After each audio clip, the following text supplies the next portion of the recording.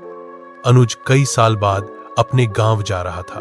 उसके साथ उसका दोस्त राहुल भी था। दोनों ने ट्रेन पकड़ ली थी और शाम तक गांव पहुंचने का प्लान था। ट्रेन में बैठकर दोनों बाहर के नजारे देखते देखते बातें कर रहे थे। राहुल ने कहा, भाई मैंने आज तक सिर्फ ट्रेन से ही खेत खलिहान देखे हैं, कभी गांव गया नहीं। जब तूने साथ चलने को कहा तो मैं बहुत खुश हो गया। अनुज हंसकर बोला, ज्यादा खुश मत हो, गांव में एक ही दिन में परेशान हो जाएगा। वहां ठीक से लाइट भी नहीं आती और नेट भी बहुत स्लो चलता है। ये सुनकर राहुल भी हंसने लगा। थोड़ी देर बाद ट्रेन अचानक एक जगह रुक गई। 2 घंटे बीत गए। तब टीटी आया और बोला, आगे पटरी खराब है, कम से कम 6 घंटे की देरी होगी। रात के करीब 1 बजे उनकी ट्रेन गांव के पास वाले स्टेशन पर पहुंची। वहां से गांव जाने के लिए उन्हें कोई गाड़ी या सवारी नहीं मिली।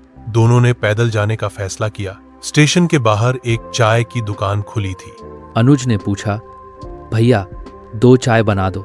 चाय वाले ने चाय दी, पैसे लिए और बोला, भैया मेरी मानो तो इस वक्त गांव मत जाओ।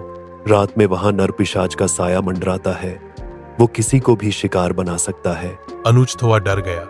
लेकिन राहुल बोला, अरे भाई मैं शहर में भी तो रात रात भर घूमता हूँ, कभी कुछ नहीं हुआ। ये सब सिर्फ डराने की बातें हैं। अनुज को भी मजबूरी में मानना पड़ा और दोनों पैदल ही गांव की तरफ निकल पड़े।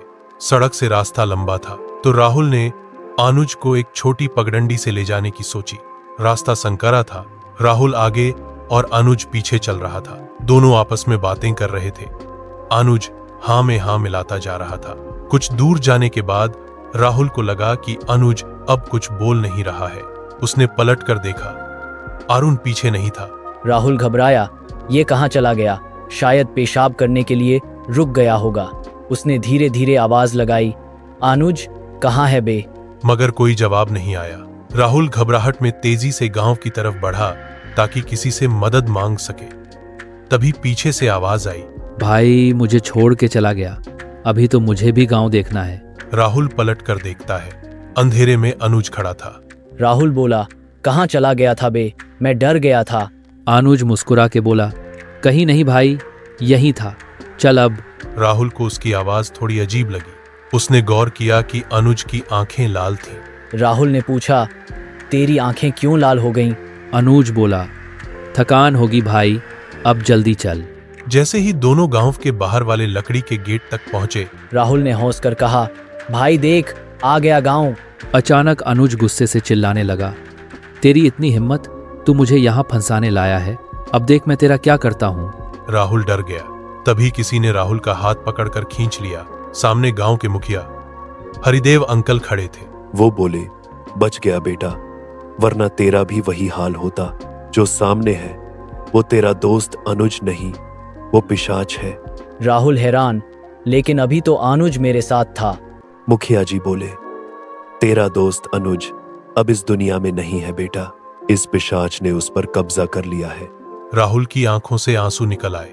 तभी उसने देखा कि सामने खड़ा अनुज रो रहा था, जैसे खुद को रोकने की कोशिश कर रहा हो। अनुज बोला, भाई माफ कर दे, तुझे साथ लाकर मैंने तेरा भी खतरा बढ़ा दिया।